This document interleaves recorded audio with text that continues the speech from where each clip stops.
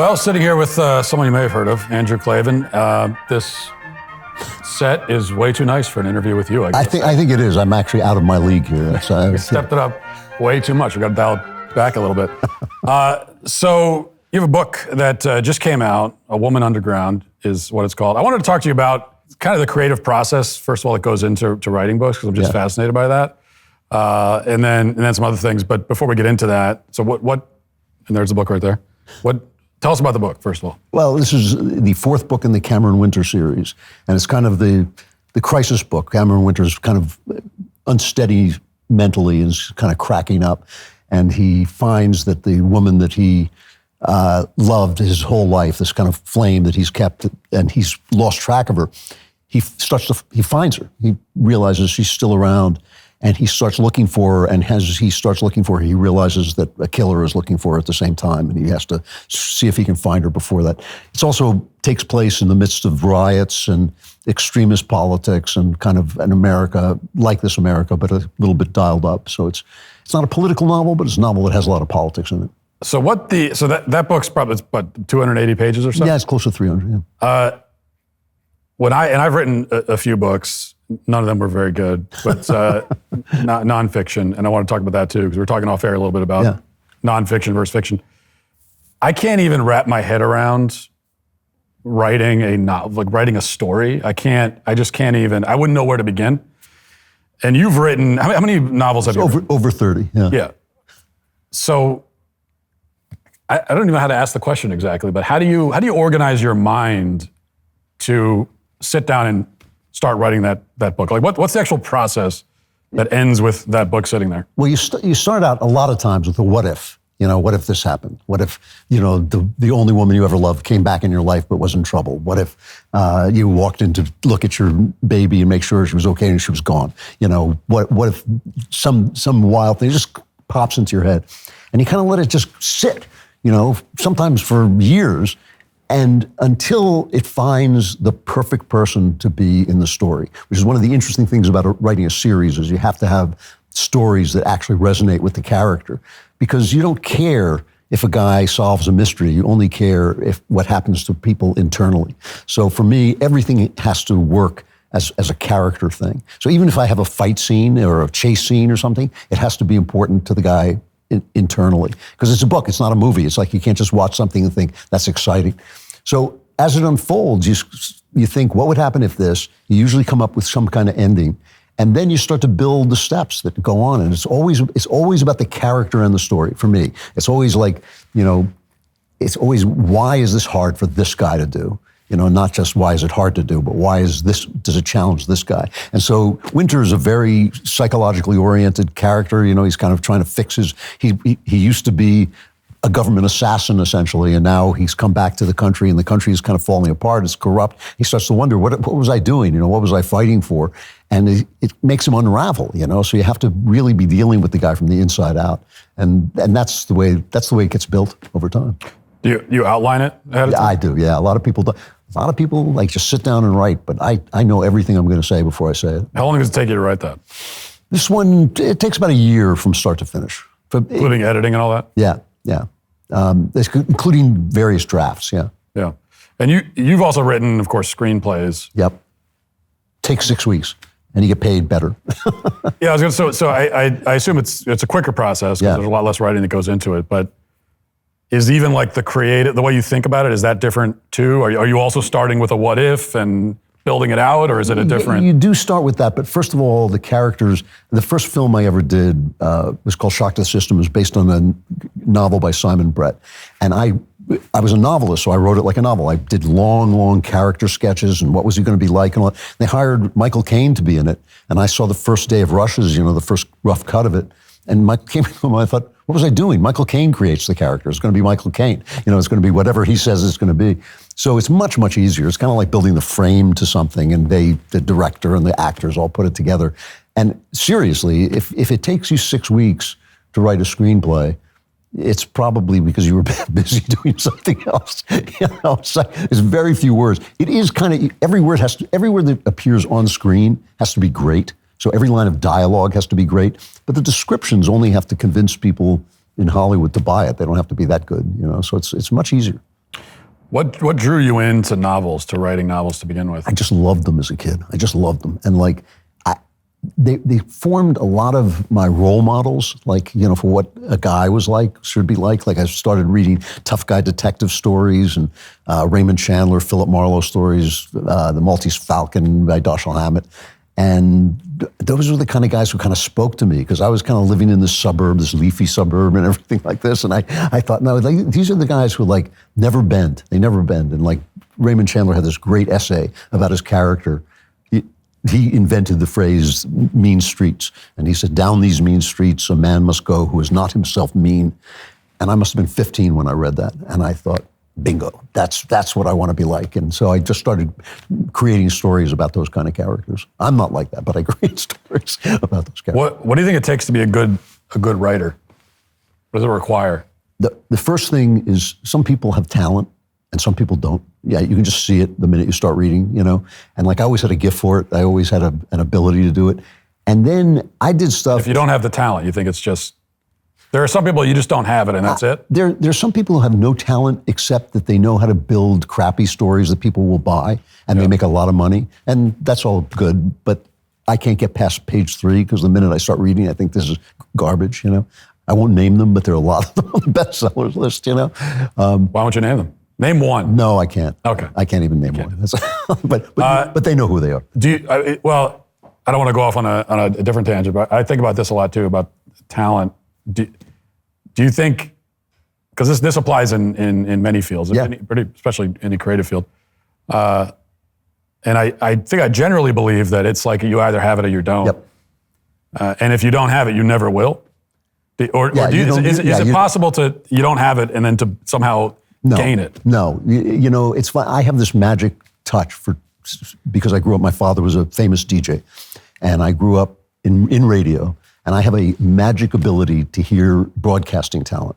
So the first time I heard Shapiro on the air, I actually got in touch with him and I said, you know, you could have a big career. He was on some little, you know, LA station doing a show with 3 people in it. And I said, they should take those other 2 people off the air. You know, you have it. Knowles can pretend to have it. I was just talking to Glenn Beck today. Glenn Beck is the greatest broadcaster alive, you know, and I was, before I went on the air, I was on the phone listening to his commercials. And I was embarrassed that I ever went near a microphone, just listening to Beck work, because he just has this thing. It just comes across the mic. And look, you know, in your movie, I can see it. I can see that you have this way of communicating through the camera. It's just something people have or they don't have. You cannot buy that. You cannot buy it. You can hone it, you know? Like Kevin Costner, it doesn't work very hard. He strolls on and he's handsome. There are a lot of people these days having a fair amount of success in creative fields, even though they have no talent for them at all. They suck, yeah. Because we don't reward talent. People reward stuff that fits in with the narrative and all these things. And it's really interesting for me, because the other thing now, after all these years, I can tell a good writer when I see one, and you can read one paragraph and you just think, this is garbage, but it might have something that the audience is going to like. And it is a business, and if you sell copies, you sell copies. What tells you in one paragraph, so in one paragraph you could tell if someone's a good writer. Yeah. What are you looking for in a paragraph? It's not something you're looking for. It's a kind of magic that just comes across, that the scene leaps to life. You know, one of the things that people keep saying about this is they start it and they can't finish it. They can't. That's because I'm good at what I do, you know. And it's like you can see it immediately that I'm in the story. I see the things that they're describing and they kind of resonate with me. And then you can see somebody who's just phoning it in or working really hard but just doesn't have what it takes. We were talking off air a little bit about nonfiction versus fiction. You were saying it's the challenges of not only writing fiction but also getting people to read fiction. Wow, especially on the right, yeah. Yeah, and I'm totally I'm a culprit here, because I generally only read nonfiction. And I'll go through weird phases. I went through a weird phase like 8 years ago where I just got into Russian literature and I started reading Dostoevsky. Yeah. Tolstoy, and then I'm not interested anymore, and then I go on to nonfiction. But I also recognize that that's a problem. I know that there's real value in reading fiction, and this idea that you should only read nonfiction because you're learning about a thing that actually happened, and that there's only value in that. And I think that's kind of the thought process, especially if conservatives only read nonfiction. That's sort of my thought process, but I also recognize that that's not right. What's the value of fiction? Yeah. Fiction grows your life. There's just no question about it. If you read really good fiction, and it can be genre fiction, be fantasy, mysteries, all these things, if it's really good, it grows your life. You get to turn off all the things that are usually on in life. Your moral sense, your anxiety, your worries about things. All of a sudden, you just can observe the world and experience the world. Fiction is an experience. It's not an actual thought process. You read something and you live it. Somebody dies, you cry. Somebody, murders somebody, you're afraid, you're horrified. So it's an actual experience. And then you have an experience that you would never have had in your life. And you get to live it without having to make decisions about it. And somehow, I've read a lot of fiction, I've been reading it all my life, and somehow you just know life better afterwards. It's an amazing, amazing thing. And conservatives are very, practical people a lot of times, and also very suspicious of people telling them, why are you telling me this if it's not true? And it's really interesting. And men read less fiction than women, and I'm kind of a man's writer. And so it really is a challenge. It's, I've written a couple of nonfiction books, and you can get interviews on every conservative venue there is. They know who I am, they want to talk to me, and here I am talking about a subject that I have a book. They get that. But if you have a book that's fiction, a story, they don't understand, unless it has a news hook, they don't understand what it's about. There are few exceptions. Glenn Beck is one of them. Glenn Beck reads fiction, so when he talks to you, he actually knows what you're doing. Rush Limbaugh used to read a certain kind of fiction. But most conservative guys are we're moralists. And so fiction is beyond morality. It's kind of a meta thing. The morality you get from it is understanding life better. And so that's a moral enterprise. But fiction can have bad guys who win and good guys who lose and unfair things that happen, and drives conservatives crazy. We talk a big game about traditional values, but how many of us are actually walking the walk when it comes to prayer? Let's be honest with ourselves for a moment. Most of us are about as consistent with our prayer life as Congress is with balancing the budget. We've all been there. Prayer feels so daunting to get started. We end up not doing it at all. We make excuses. I'm too busy. I don't know how. I'll do it tomorrow. The list goes on. Enter Hallow, the #1 prayer and meditation app. And they're starting a new series called How to Pray. Here's the deal. 2 weeks, daily sessions, no fluff, with guided prayers being led by guests like Mark Wahlberg and Jonathan Rumi. You'll learn how you pray with scripture while getting familiar with prayers that have been around in church history for centuries. They've got everything from prayers to help your kids navigate the chaos of a new school year to prayers for athletes looking to up their mental game.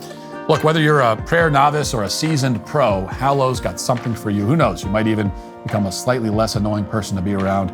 That would be a bonus. So do yourself a favor, put down the remote, close Twitter, and download Hallow at hallow.com/Matt Walsh for an exclusive 3-month free trial. That's hallow.com/Matt Walsh for an exclusive 3-month free trial of all 10,000 plus prayers and meditations.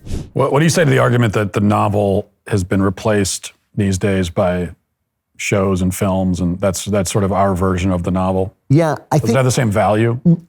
No, there's nothing as intimate as the novel. There's nothing at 3 o'clock in the morning when you're alone, you can actually connect with another mind in a novel, and it's just incredibly direct. Michael Caine creates a character, but now you're no longer reading me. I wrote what he said, but now you're getting it interpreted by Michael Caine. Where you're getting something direct. You're getting a vision of life direct. And it's when you pay attention and when it's done well, it's a remarkable experience. And people who love novels will tell you, you just get carried away in a way you don't anywhere else. And so the novel is now no longer what it was when I was a kid, which was the major form of entertainment. I mean, that's the movies. Actually, even when I was a kid, it was still the movies. But it's still different. It's like theater. Theater is not the main form of entertainment, but there's nothing like going on and seeing a live play, seeing an actor work live. It's remarkable. And there's nothing like picking up a story that's going directly from one mind to another. Do you think there are any television shows that have almost made it to the level of a novel in terms of the intimacy of the storytelling and the depth of it? Nothing is intimate, but there are some that have been as complex. Like The Sopranos, I think, was up there. When I watched The Sopranos, I knew I was watching a work of art. When I watched a couple of seasons of Game of Thrones, I thought that. TV has just gotten so much better than it used to be. When you go back and look at television, it's amazing how bad it was. And it really has gotten better. But it still hasn't got that utter engagement that you get with a book, for me. Now, I hate to pay you a compliment, but you're a real writer. You're like an actual, you're a good writer. You're a real writer. So you're an artist? Yes. There's not a lot of company. You don't have a lot of company on the right, especially among conservative commentators. A lot of conservative commentators write books, and 99% of them are just god-awful, terrible. Why is that? Like, why is it so rare? You know, actually, this book is a good answer to this question. This is a book in which it's about American life now. And so it has to have politics in it, right? It has to have people on the right and people on the left and the kind of tensions that we're all living with now. You can't write about contemporary America without writing about politics. But the main character has no politics. He doesn't care. It's one of the running gags as people keep trying to convince him of their politics. And he just says, I don't care. I'm just looking for this girl. I just want to find this girl. To do that takes a lot of discipline. You really have to understand what the novel is about, to not tell people what to think, but to let the experience live. And conservatives want to tell you what to think, and so do leftists. That's why so much left-wing art is crap. It's like they want to preach to you about what's right and what's wrong. And I just want each character to sort of make his case in the story. I mean, this has a main character, and you live in his head, but there are a lot of characters, and they're very, very different. And every time one of them opens his mouth, you're getting an entirely different consciousness, an entirely different way of looking at the world. And that's not something like political people are very comfortable with, I mean, it is the way I look at the world. Even when I'm talking about politics, I kind of look at the world like I understand there are people who disagree and see it from a different way and all that stuff. And they should be in prison, of course, but that's not the way I write a novel. When I write a novel, I put it all aside and just let the characters live in the story. It's hard to do. Yeah. I mean, and it's true that the extreme left has the same problem, which is why they make terrible art these days. Yeah. But also, you don't have to go back that far to find a time when liberals were making great art. Yep. At least films and shows and even music. And it does just seem that it's only liberals were doing it. It's like almost all the great artists, certainly in modern American culture, have been liberals, and probably if you go back historically, all the great ones were liberal by their own standards. Well, but liberal is different than leftist. I think you're right that you have to be liberal in the sense that you allow each person to be himself. I don't know about you, but I always get these letters. How can I convince so-and-so to believe so-and-so? And I think, just leave them alone. Just let them be who they are, which is what art is about in a lot of ways, is letting people, I don't think Shakespeare was a villain, but when he wrote Macbeth, he let Macbeth be this complete person who had motives for what he was doing and a reason for being and a way of looking at things. And so you do have to be liberal in that sense. But there are plenty of political conservatives, they keep their heads down, who have been great art. I mean, Cormac McCarthy, who just died, I'm absolutely positive he was a conservative. And, he never came out about it and all that. I don't know if you saw that thing with Stanley Kubrick, where they were objecting to the fact that Donald Trump used Full Metal Jacket in one of his ads. And Kubrick's daughter came out and said he voted for Reagan. He would have loved Trump, and he just kept it quiet. So there are a lot more politically conservative artists.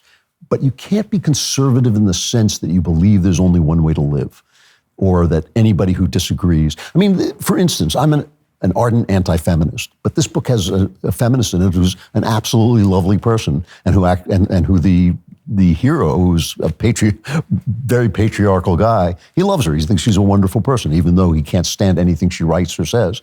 And that's kind of, you have to be liberal in that sense, I think, to create art. Now we got to wrap it up, but how do you think we get conservatives more involved in art? Well, I've been banging this drum for 20 years. This is why I started talking about this, because when I lived in England for a long time and I came back and found our culture so sickened and twisted that I was shocked. And so I started giving speeches to conservative groups saying, this is about the movies. This is not about winning elections. This is about talking to people about what life is really like and showing them what life is like. 20 years ago, when I started doing that, they looked at me like I was nuts. Like, They kind of thought I was cute because I was working in Hollywood and I dressed all in black, and they thought like, wow, this is cool, Hollywood guy. But they had no idea what I was talking about. Today they do. Today they get it. They still think that what we need is more propaganda movies that'll sell, conservatism. But it's starting to change. I mean, look at this place. I mean, you made two cultural things. I know they're nonfiction, but they're still cultural works. Jeremy understands, obviously, that movies have to be, created by people like us. That's the important thing. It's not that we write conservative things, it's that conservatives make stuff, So I think it's changing, and I think I would describe it as a field of ice with little sprigs, popping up through it. So I'm kind of hopeful about it. And I just think you got to keep explaining to conservatives what art is, and the fact that conservative art is not like conservative life. I live a conservative life. I'm a married man, a family man, a religious man. I, love my country. That's the life I live. But that's not what art is about. Art is about dramatic things that happen because of clashes of personality. And that's a very different thing. And it's like I said, it enlarges your life. The people who wrote the Constitution and the Declaration read Shakespeare, they read, Euripides, they read the Greeks, they read art. That's why they had that broad way of looking at life that helped them to form a government. And if you read the Federalist Papers, those were written by people who understand what people are like, and people like that have read the arts. Where can people buy the book? Anywhere? Anywhere. If you get it, you can get it at our shop, the Daily Wire shop. So I should say that out of loyalty. If you get it on Amazon and move it up the list, that helps it a little bit. Good talking to you. It's always great talking to you. No, have you met my wife?